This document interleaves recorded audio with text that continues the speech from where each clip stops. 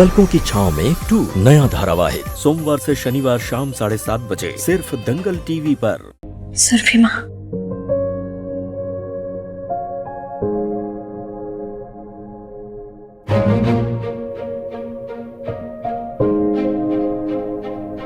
बहन जी, ये जो गलती हमसे हुई है उसके लिए हम आपसे माफी मांगना चाहते हैं।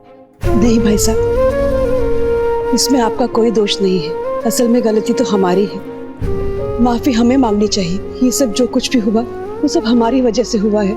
ना हम समदन जी की मांगों को सहमति देते और ना बात यहाँ तक पहुँचती।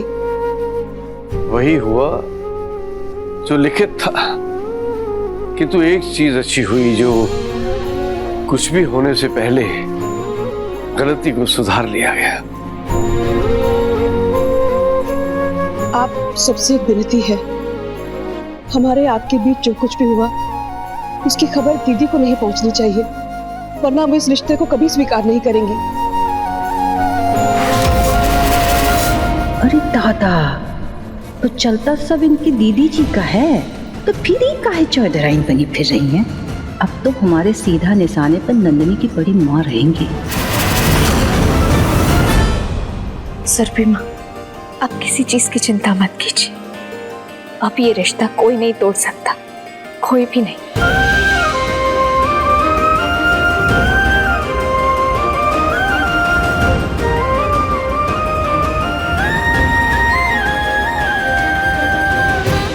हम बस नंदिनी को विदा करा ले जाने आए हैं।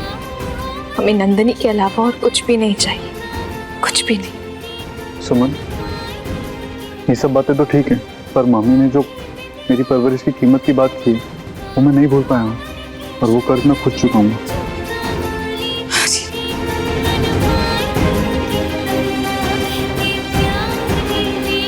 भाई, आज मामी ने पहली बार कड़वी बात थोड़ी ना की है। हम सब तो उनका स्वभाव जानते ही हैं ना, और फिर हम दोनों को पाल पोस कर बड़ा भी तो उन्होंने ही किया है ना। माँ बनकर हमेशा हमें संभाला।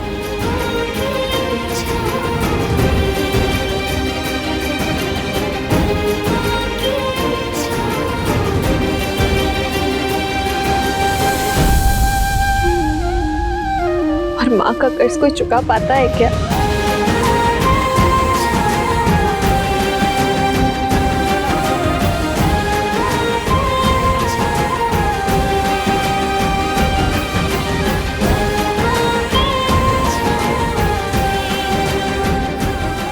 सुमन, हमें किसी से कोई गिला शिकवा नहीं है। परवरिश से ही संस्कार आते हैं, और तुम्हारे संस्कारों से पता चलता है कि तुम्हारी मामी ने तुम्हें कितनी अच्छी परवरिश दी है। तुम्हारी मामी की जुबान भले ही कड़वी होगी, लेकिन उनके मन में किसी के लिए मैल नहीं है।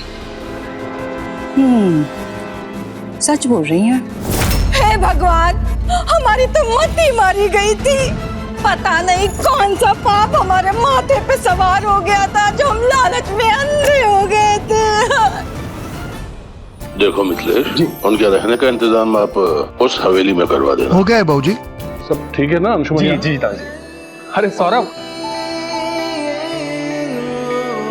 Welcome welcome. अरे तुम तो एकदम वक्त पे आ रहा। जी आओ, नमस्कार। आइए आइए, पधारिए। अरे नहीं नहीं, ठीक है बेटा, ठीक है। दादाजी। अरे खुश है बेटा, खुश। कन्या के बड़े भाई आकर कलश स्थापना करें, मुहूर्त का समय हो गया है। नमस्कार। चिरंजीवी भावा। देवर जी। जी बाबू। क्या बात की देरी है? कहाँ रह गए सुल्तानगंज वाले? बगल में ही तो घर दिया है, फिर भी आने में देरी कर रहे हैं। अब छोटकी भी नहीं दिखाई दे रही है कहीं। भाभी, सुरभि जी बस मुझे लगता है शायद उन्हें ही देखने गई है। कहाँ चल कर आए घर में? बिटिया का ब्याह है, तिलक का तैयारी हो गया है। छोटकी वो घर में लड़के वालों के पास क्या कर रही है? अंशुमन, कहाँ है छोटकी बहू? दादाजी वो नंदन, एक काम करो, माँ को बुला लो, और हाँ, सुमन के परिवार वालों को भी बुला लेना। जी बिग, आता हूँ दादाजी।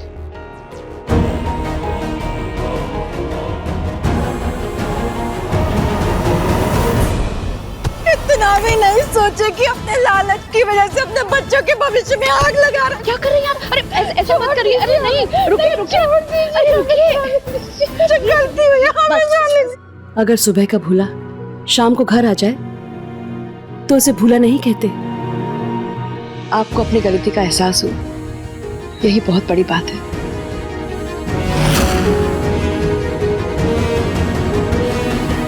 पता नहीं हम अपने पापों का प्रायश्चित कैसे करेंगे।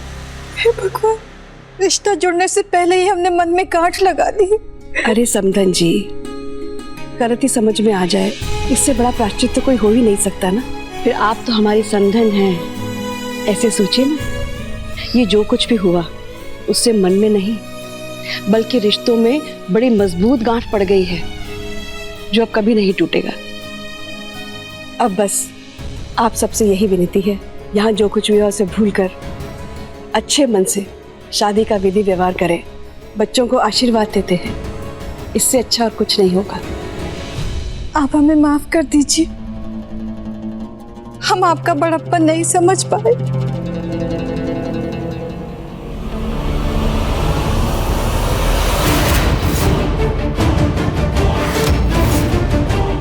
नंदन, इसने अगर ये सब देख लिया तो अब हम सब तैयार हो जाते हैं जल्दी से। देखिए नंदन भी आ गया। अरे नंदन, हमें तिलक के लिए भी चलना है ना। आप सब तैयार नहीं हुए? चलिए, सब लोग इंतजार कर रहे हैं आप सभी का।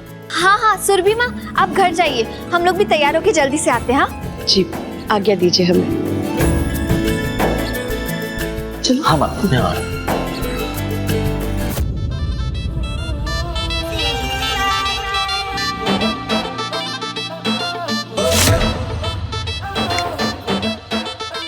मेरे बहन की होने वाली ननद जी, आप लाउड सुनती हैं क्या? क्या मतलब? मतलब ये कि जो लाउड सुनते हैं ना वही लाउड बोलते हैं।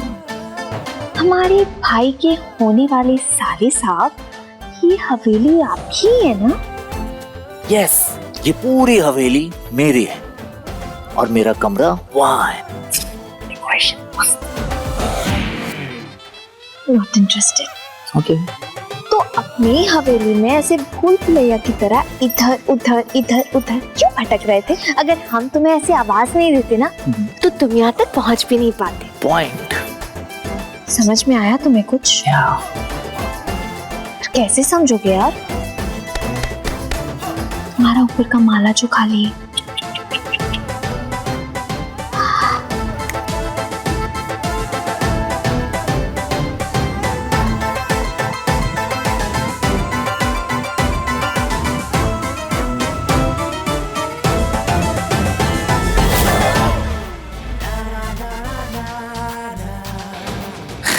एक दिन में 2 अटैक।